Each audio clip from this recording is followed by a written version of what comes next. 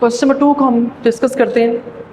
Question number 2 में जैसे कि कहा हुआ है एक्सरसाइज 1.1 का है। Question number 2 represent the following numbers on number line, यानी कि आपको नंबर्स दिए होंगे, ये जैसे दिए लिखने क्वेश्चन, इसको हमने नंबर लाइन पे रिप्रेजेंट करना है।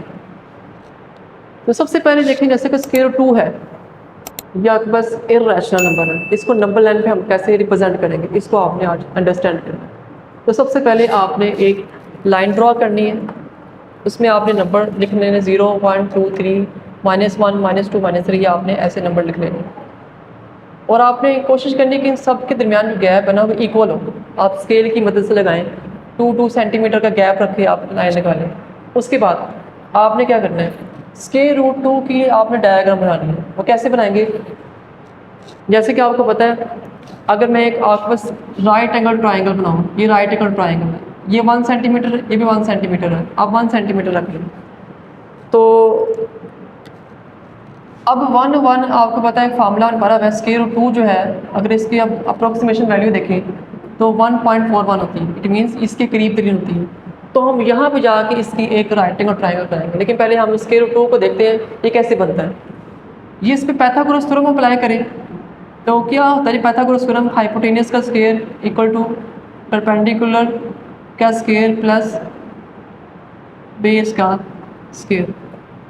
ये आपके पास हाइपोटेनियस है, ये वाला ओ बी, इसका स्केयर। परपेंडिकुलर आपके पास क्या है, ये है जो कि 1 हमने रखा है, 1 का स्केयर प्लस बेस हमने क्या रखा है, ये रखी है 1 का स्केयर, 1 का स्केयर प्लस 1 का स्केयर इक्वल टू 2 होता है। तो ये ओ बी जो हमारा निकला है स्केयर, फिर ओ बी यहाँ पर स्केयर रूट ले लें तो लिहाजा आपके पास ओ बी के निकले, यानी जो हाइपोटेनियस, ये जो आपके पास हाइपोटेनियस है ना, ये क्या निकला आपके पास स्केयर रूट 2 निकला, इसका आंसर निकला। अब लिहाजा हम क्या करेंगे, उसके बाद ये मैंने रेड मार्कर से जैसे कि मैंने लिखा है कि ये मैंने एक 1 सेंटीमीटर की लाइन ड्रॉ की, ये 90 एंगल बन गया, और ये भी आपके पास कितना गैप 1 सेंटीमीटर का। उसके बाद यहाँ पे उस पाइथागोरस थ्योरम के अकॉर्डिंग यहाँ पे हाइपोटेनियस पे क्या बनेगा, स्केयर रूट 2 बनेगा, जो मैंने अभी आपके पास ये निकाल के दिखाया। ये करने के बाद आपने क्या करना है, कंपस लेना है। कंपस का आपने इसकी एक नोक आपने इस पॉइंट पर रखनी है और एक उसकी नोक आपने, पेंसिल की नोक आपने यहाँ पर रखनी है, और उसके बाद आपने आर्क ड्रा करना है। ये आर्क ड्रा करना, यहाँ जिस पॉइंट पे जाके मीट करेगा ना इस नंबर लाइन पे, ये हमारा एक्चुअल में हमारा रिक्वायर्ड पॉइंट है जो हमने फाइंड करना चाहते हैं, ये पी। और ये पी किसके इक्वल है, स्केयर रूट 2 के, यानी ये स्केयर रूट 2 जो है ना, यहाँ पे 1 के बाद कहीं जाके लाई करेगा स्केयर रूट 2, जो कि क्या था 1.41 आपका आंसर था।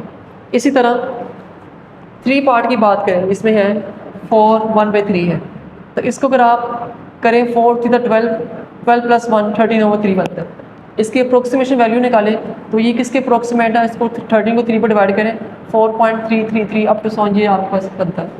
अब आपने काम क्या करना है, चूँकि आंसर आपके पास 4 पॉइंट आ रहा है, इसका मतलब क्या है कि ये 4 से ग्रेटर है। इसका जो आंसर है नंबर लाइन पर कहाँ पर रिप्रेजेंट किया, 4 से आगे, यानी आपने नंबर लाइन ड्रा करनी है 0 1 2 3 4 5, यहाँ से -5 तक, क्योंकि 4 से बड़ा आंसर है तो 5 तक यहाँ, 5 तक यहाँ रखेंगे। उसके बाद आपने काम क्या करना है, ये मेन चीज़ है जो आपको बताने लगा। नीचे डिनोमिनेटर देखना क्या है, जैसे डिनोमिनेटर में 3 लिखा हुआ है, तो इससे 3 में से एक कम करें यानी 2, तो 2 लाइन्स आपने यहाँ पे ड्रॉ करनी है, ठीक है। यानी अगर 3 लिखा होगा तो आपने 2 करनी है, अगर यहाँ 4 लिखा हो डिनोमिनेटर में तो आपने 3 लाइन ड्रॉ करनी, यानी एक नंबर कम करके ना आपने 3 लाइन्स यहाँ पे ड्रॉ करनी है। जैसे कि यहाँ 3 था, हमने 2 लाइन्स यहाँ ड्रॉ की। अब उसके बाद ऊपर देखें नोमिनेटर पे क्या है, 1 है, तो लिहाजा आपका जो आंसर होगा 2 लाइन ड्रॉ करके 1 है, चूँकि 1 यहाँ पर होगा तो यहाँ पर जाके आपका आंसर होगा वो क्या होगा जी 4 1/3। अब हम नेक्स्ट क्वेश्चन पे करते हैं ताकि आपका कॉन्सेप्ट और अच्छा क्लियर हो जाए।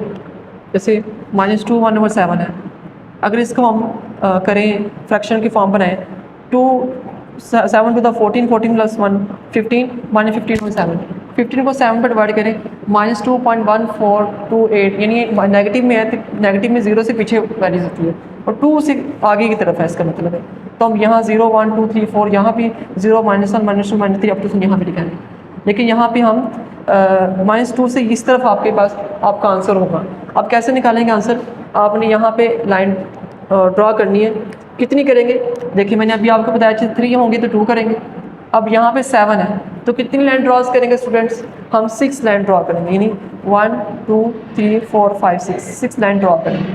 अब नोमिनेटर पे क्या लिखा हुआ है? 1 लिखा हुआ है, तो चूँकि इसके बाद फर्स्ट लाइन ये वाली है तो यहाँ पर जाके आपका आंसर क्या होगा? लाई करता होगा, -2/1/7। तो ये हमने नंबर की रिप्रेजेंटेशन हम कर रहे हैं कि हम नंबर जो है कहाँ कहाँ रिप्रेजेंट कर सकते हैं। सिमिलरली अगर हम 6 पार्ट की बात करें, इसकी बात करें तो इसमें 2 3/4 है। इसको फ्रैक्शन फॉर्म करें, 4 to the 8 8 + 3 11/4। इसकी अप्रोक्सीमेशन वैल्यू निकालें स्टूडेंट्स, 2.75 की आपके पास है। अच्छा, इसका क्या मतलब है कि आपका जो आंसर है वो 2 से ग्रेटर है, ये 2 डबल लाइन में 2 से आगे करके इसका आंसर भी लाई कर रहा है। तो आपने उसी तरह 0 के बाद 3 लाइन्स यहाँ पर ड्रॉ करनी, 3 लाइन्स आपने यहाँ और इक्वल गैप रख के आपने लाइन ड्रॉ करनी। उसके बाद आपने नेक्स्ट काम क्या करना है, जैसे कि यहाँ पे 4 लिखा हुआ है तो 4 में से एक कम करें 3, इसका मतलब हम कितनी लाइन ड्रॉ करेंगे? 3 लाइन्स, 1 2 3 लाइन्स ड्रॉ करेंगे। अब नोमिनेटर पे क्या लिखा हुआ है? 3 लिखा हुआ है, तो इट मीन्स आपका आंसर कहाँ लाई करेगा? 1 2 3 यहाँ पर जाकर लाई करेगा, यानी 2 3/4। तो ये जो स्टूडेंट्स आज का हमारा लेक्चर था चैप्टर 1 का एक्सरसाइज का 1.1 का क्वेश्चन नंबर 2। तो मैं उम्मीद करता हूँ कि आपको मेरा आज का लेक्चर पसंद आया होगा।